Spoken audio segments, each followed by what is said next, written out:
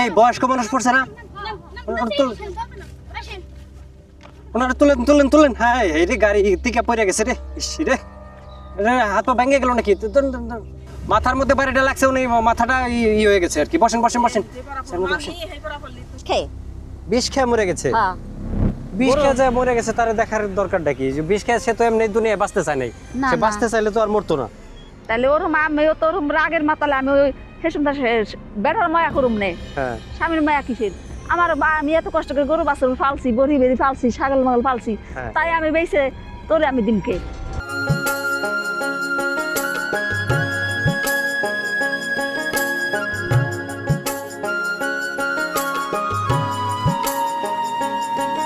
চরের সৌন্দর্য আপনাকে যতটা মুগ্ধ করে, চরের হতাশা, দুর্দশা আর ভাঙা গড়ার খেলা আমাদের ততটাই ব্যথিত করে। চরের জীবন তুলে ধরতে গিয়ে আমাদের ক্যামেরায় বারবার ধরা পড়েছে মানুষের দুঃখ, কষ্ট আর হতাশার গল্প।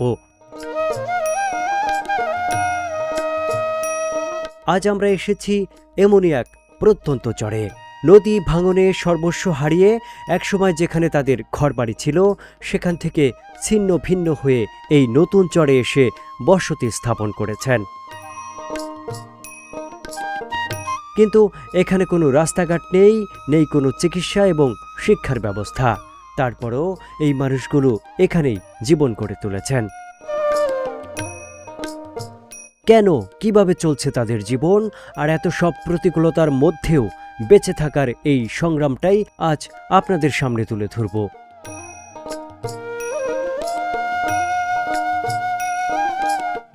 বর্তমানে আমি যেই চরের মধ্যে রয়েছি, একটা চরে অবস্থান করছি।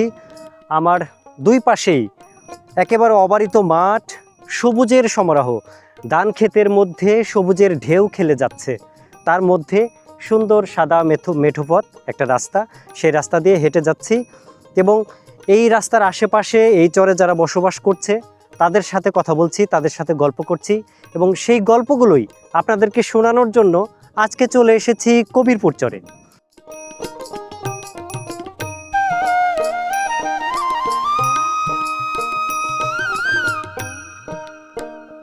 কোনটা বাড়ি? এই দিক দিয়ে আসলেন আপনি? ওই দিক দিয়ে পানি ভাই, এই দিক দিয়ে পানি, এই দিক দিয়ে যেতে হবে। তো এই দিক দিয়ে আসলেন, আপনার বাড়ি করছেন ওই চরে। আগে কোন চরে ছিল বাড়ি? হরিহরদি চর। হরিহরদি চর তো পুরোটাই ভেঙে গেছে, সেলিমপুর পুরোটা ভেঙে গেছে। আপনার বাড়িটা এখন বর্তমানে কোন চরে রয়েছে ভাই? এখন বর্তমানে আছে হলো কবিরপুরের ভিতরে, মানে ডিগ্রির চর পরে নাই আর কি। ও, ডিগ্রির চরের কাছে একদম। ডিগ্রির চরের মানে সীমানা ঘেঁষে। হ্যাঁ। তো এই যে এখন তো এটা তো আপনার ফরিদপুরে। হ্যাঁ, এটা ফরিদপুরে। ফরিদপুরের কবিরপুর চর, কবিরপুর চর পুরোটাই ফরিদপুর পড়ছে এবং ডিগ্রির চরও ফরিদপুরেই পড়ছে। হ্যাঁ। তা আগে ছিলেন আপনার হলো মানিকগঞ্জে। মানিকগঞ্জের ভিতরে। মানিকগঞ্জ থেকে যে এই যে কবিরপুরে আসলেন, তো সেইখানে আসার পিছনে কারণ কি, কি জন্য আসলেন? আসলাম হলো নদীতে ভেঙে নিয়ে গেছে বাড়িঘর সব, এই কারণে। নদীতে ভেঙে গেছে? কয়বার নদীতে বাড়ি ভাঙা দিয়েছেন আপনি? ভাঙছি 2-3 বার। তো হইছে এই যে ভেঙে চুরে আসা, এগুলো খরচ হয়েছে না? অনেক খরচ হয়েছে না? অনেক খরচ হয়েছে। তো এখন যাচ্ছেন কোথায় এদিকে? এখন যাচ্ছে হলো যে ফাগেরহাটে একটু বাজার করবে। ওখান থেকে ওই পারে যাওয়া যায় না? যাওয়া যায়, মানে একটু দরকারও আছে, দূর হয়ে যায়। ফাগেরহাট আর কি দূর হয়ে যায়। তারপর আমরা যাই ফরিদপুরে, যাই বেশিরভাগই ফরিদপুরে যান। এই চরের মানুষগুলোর সঙ্গে কথা বললে প্রথমেই আসে হারিয়ে যাওয়া সেই পুরনো জীবনের গল্প। কেউ হারিয়েছেন বসতভিটা, কেউ হারিয়েছেন চাষের জমি। এরকম একটা রাস্তা, মনে হলো 300 ফিটের একটা রাস্তা।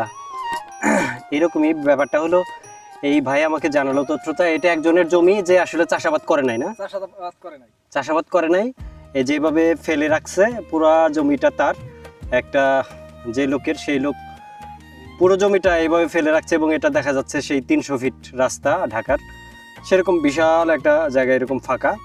আর এইখানে যে বাড়িটা রয়েছে, যে বাড়িতে আমরা পানি খেলাম, টিউবওয়েল ছিল, তো এটা হলো আপনার মায়ের বাড়ি না? আমার মামার বাড়ি। মামার বাড়ি বাবার বাড়ি করে থাকে। বাবার বাড়ি করে রাখছে? বাবার বাড়ি করে রাখছে, সে থাকে তো টেপা খোলা। আচ্ছা।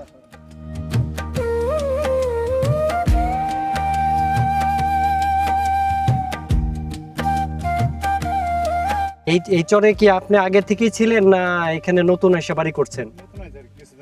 আগে কোন চরে ছিলেন? হরিহরদি। হরিহরদি তো ভেঙে গেছে, সেলিমপুর ভেঙে গেছে, ভাঙার পর এই চরে এসে বাড়ি করছেন, এই কবিরপুর চরে না?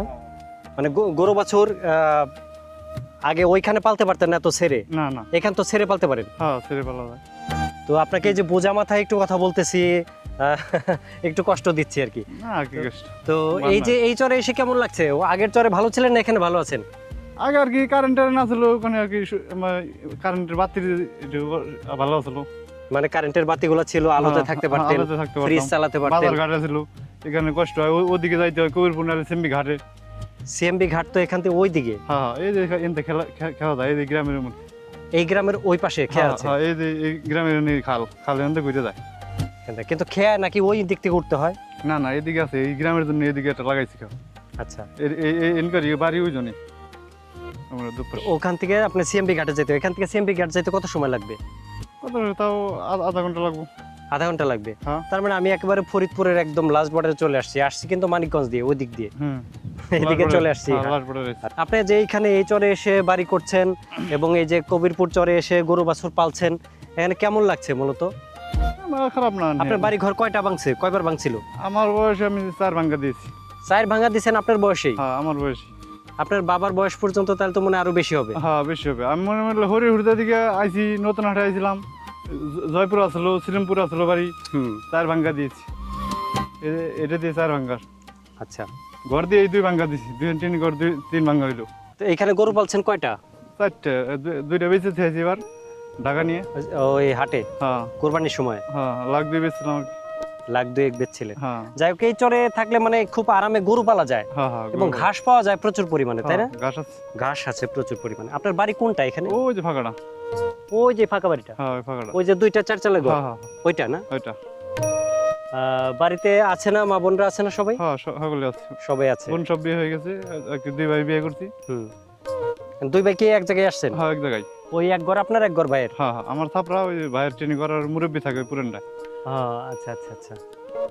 আর এই যে বাড়ি ঘর দেখছি, এগুলা সবই কি কবিরপুর বা ইয়ে থেকে, ওই যে হরিহরদি ওদিক থেকে, ইয়েতে নটাখোলা ওই দিক থেকে না আসছেন?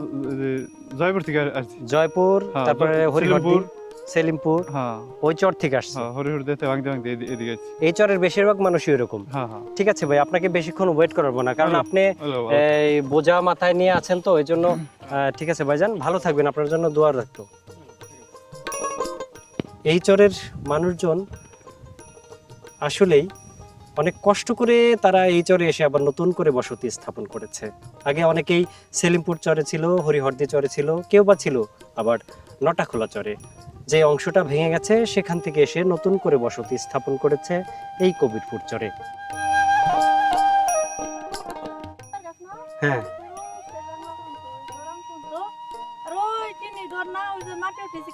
হ্যাঁ, ওই পর্যন্ত মোলা বুনছে। মোলা কি এখন হয়েছে? বৃষ্টিতে তো ভালো মোলা হওয়ার কথা না, বৃষ্টি না হইলে মোলা ভালো হবে, তাই না খালা?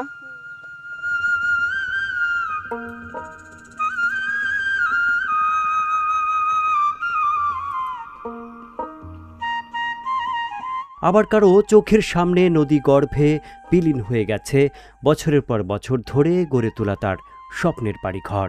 একসময় যেখানে ছিল পরিচিত মানুষ, স্কুল, মাদ্রাসা, রাস্তাঘাট আর স্বাভাবিক জীবন, আজ সেসবই তাদের কাছে কেবলই স্মৃতি। নদী তাদের ঠিকানা বদলে দিয়েছে, আর সেই বদলে যাওয়ার ঠিকানাতেই এখন নতুন করে বেঁচে থাকার চেষ্টা করছে তারা।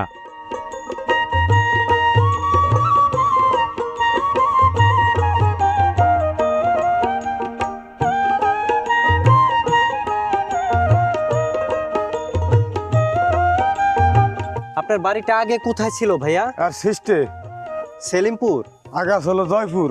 জয়পুর, তারপরে জয়পুর তে চলে আইছিল এই জায়গা জাইলার সাম। মানে জয়পুর সেলিমপুরের পাশাপাশি যে যে জয়পুর বলতো আর হ্যাঁ কি। হ্যাঁ হ্যাঁ হ্যাঁ ওটা কি নতুন সেলিমপুর যে একটা বাজার ছিল, ওই বাজারের কাছাকাছি ছিল? হ্যাঁ হ্যাঁ হ্যাঁ।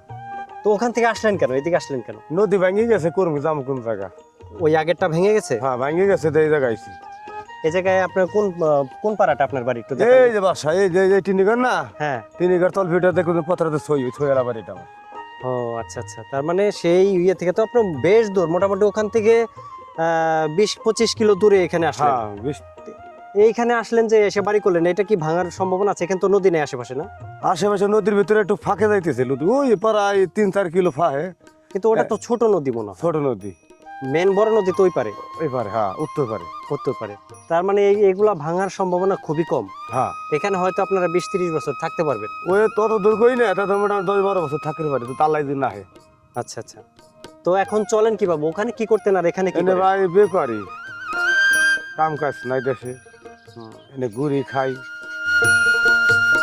কাম সংসার নাই। চলে কিভাবে তাহলে? আর না আল্লাহ পাক চলাই দিছে, ধরেন 1000 কামাইলে 1 সপ্তাহ ওর মধ্যে 200-300 করে খাই, আচ্ছা আবার একটু কামাই আবার খাই, এতে এইভাবে চলতেছে কয়েকদিন।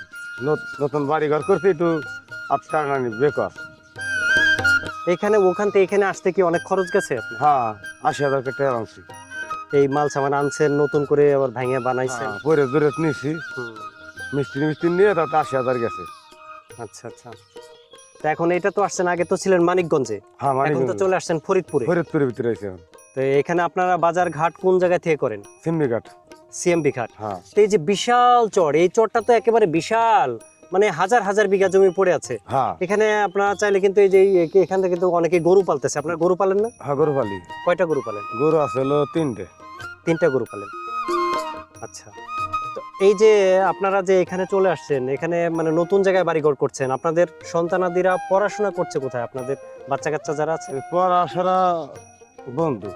পড়াশোনা বন্ধ? হ্যাঁ ওখানে থাকতে পড়াশোনা করতো? হ্যাঁ ওই জায়গায় করতো, স্কুল কলেজ ছিল ওখানে? ওই জায়গায় বাড়ির হাতে স্কুল আছে, বাজার হাতে প্রাইমারি স্কুল ছিল, হাই স্কুল ছিল, হাই স্কুল আছে। সবই তো ছিল ওখানে। হ্যাঁ কিন্তু এখানে কিছুই নাই, কিছুই নেই। একেবারে মানে একটা বদ্ধ একটা জায়গার মধ্যে বিশাল একটা চর, যেখানে শুধু চারণ ভূমি, এখানে গরু পালা ছাড়া আর তেমন কোনো সুবিধার সুযোগ সুবিধা নাই। হ্যাঁ এখানে না আছে কোনো বাজার, না আছে কোনো হাসপাতাল, না আছে কোনো স্কুল, কিচ্ছু নাই। একবার সে ফরিদপুর যা লাগবে, ফরিদপুর মানে ওই নদীটা পার করে আপনাদের ফরিদপুর যেতে নদী হয়, পার হয়ে ফরিদপুর যা লাগবে, সিএমবি ঘাট হয়ে। সিমনিঘাটে। সিএমবি ঘাট হয়ে ফরিদপুর। এখান থেকে সিএমবি ঘাটটা কত দূর আমাকে দেখান একটু, হাত দিয়ে কোন দিকে? সিমনিঘাটে এই যে দেখা যা, এই এদিক। ওই যে দেখা যায় ওইটা সিএমবি ঘাট, হ্যাঁ ওই বালিটা দেখা যা। ওইটা সিএমবি ঘাট। হ্যাঁ ও আচ্ছা, তার মানে ওই সিএমবি ঘাট থেকে ফরিদপুর গেলে তখন আপনারা একটা ডাক্তার দেখাইতে পারেন, অথবা বা কোনো চিকিৎসা সেবা নিতে গেলে বা কোনো কিন্তু ভালো কোনো কিছু কিনতে গেলে আপনাদের ফরিদপুর যেতে হয়, ফরিদপুর যাইতে হয়, এছাড়া আর কোনো জায়গা নাই। কোনো জায়গা নেই আর।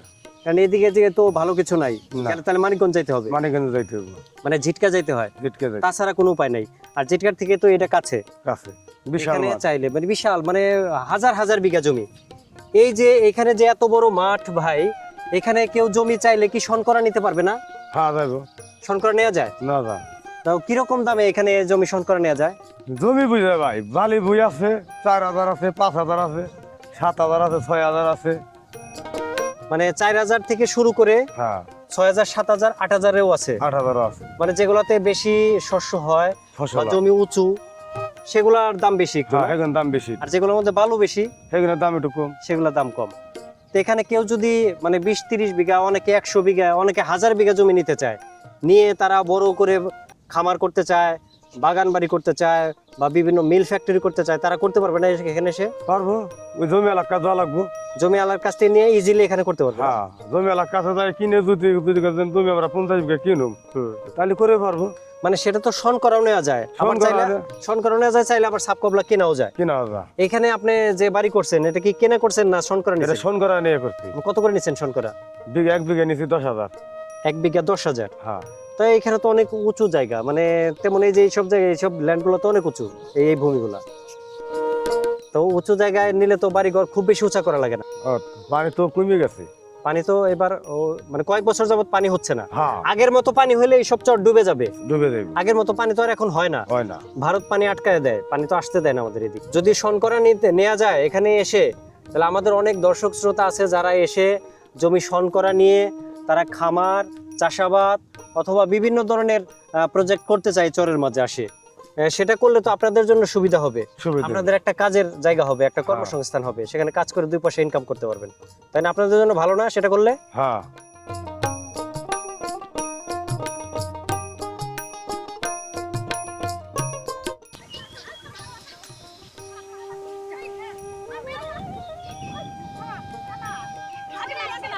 এই বয়স্ক মানুষ পড়ছে না, ওনারা তুলেন তুলেন তুলেন। হ্যাঁ এই রে গাড়ি থেকে পড়ে গেছে রে, ইস রে, হাত পা ভেঙে গেল নাকি?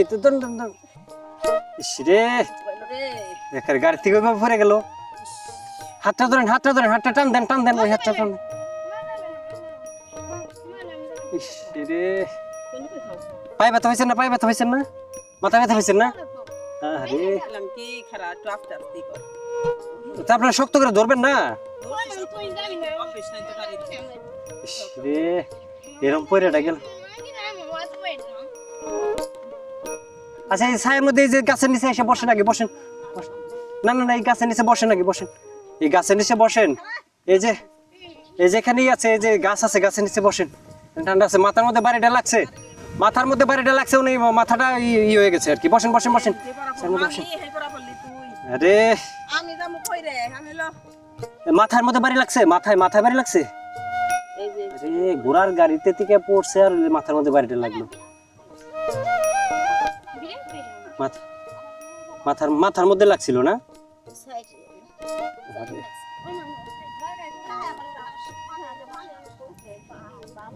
আপনারা জানতেন না যে ঘোড়ার গাড়িতে উনি উনি উনি যে পড়ে গেল, আপনারা যা একটু শক্ত করে ওনারা ধরলেন না? পাশে ছিল না তো, উনি তো ঘোড়ার গাড়িতে আগে কখনো উঠে নাই, বোঝে না। শক্ত করে ওনারা ধরতেন তাহলে তো পড়তো না। খেয়াল করেন নাই? আরে কি একটা অ্যাক্সিডেন্ট ঘটলো না?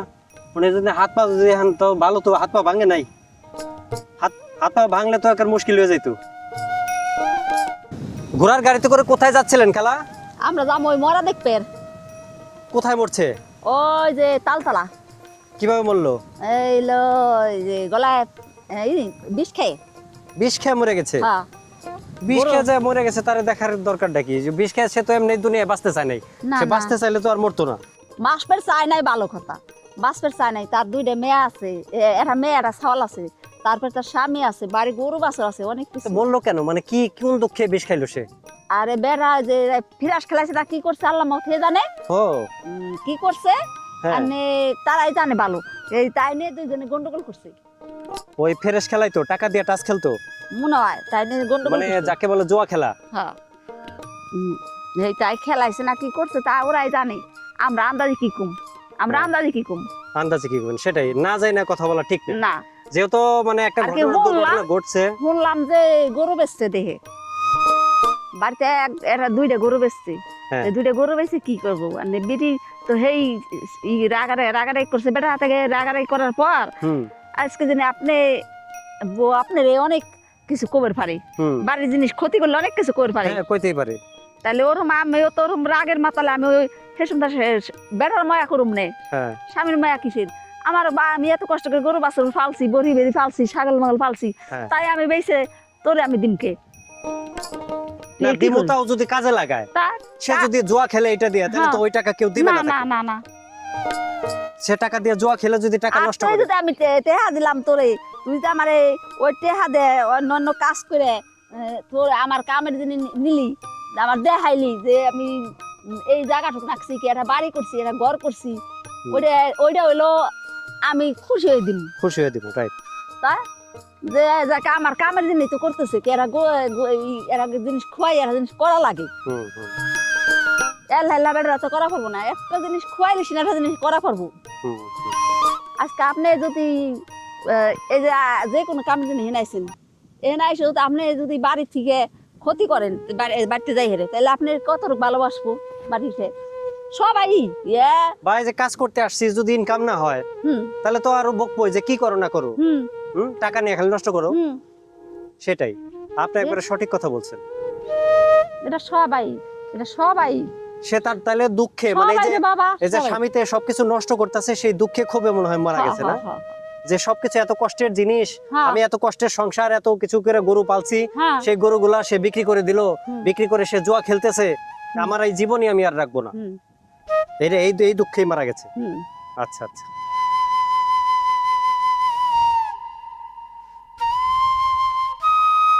জীবনের এই টানপোড়নে দুঃখ দুর্দশা, হতাশার দারিদ্র্যের কষাঘাতে কত জীবন যে নিঃশেষ হয়ে যায়, তার খবর কে বা রাখে? নদী ভাঙনে এভাবেই শত শত পরিবার হারিয়ে যায় তাদের ঘর, জমি, স্বপ্ন আর ঠিকানা।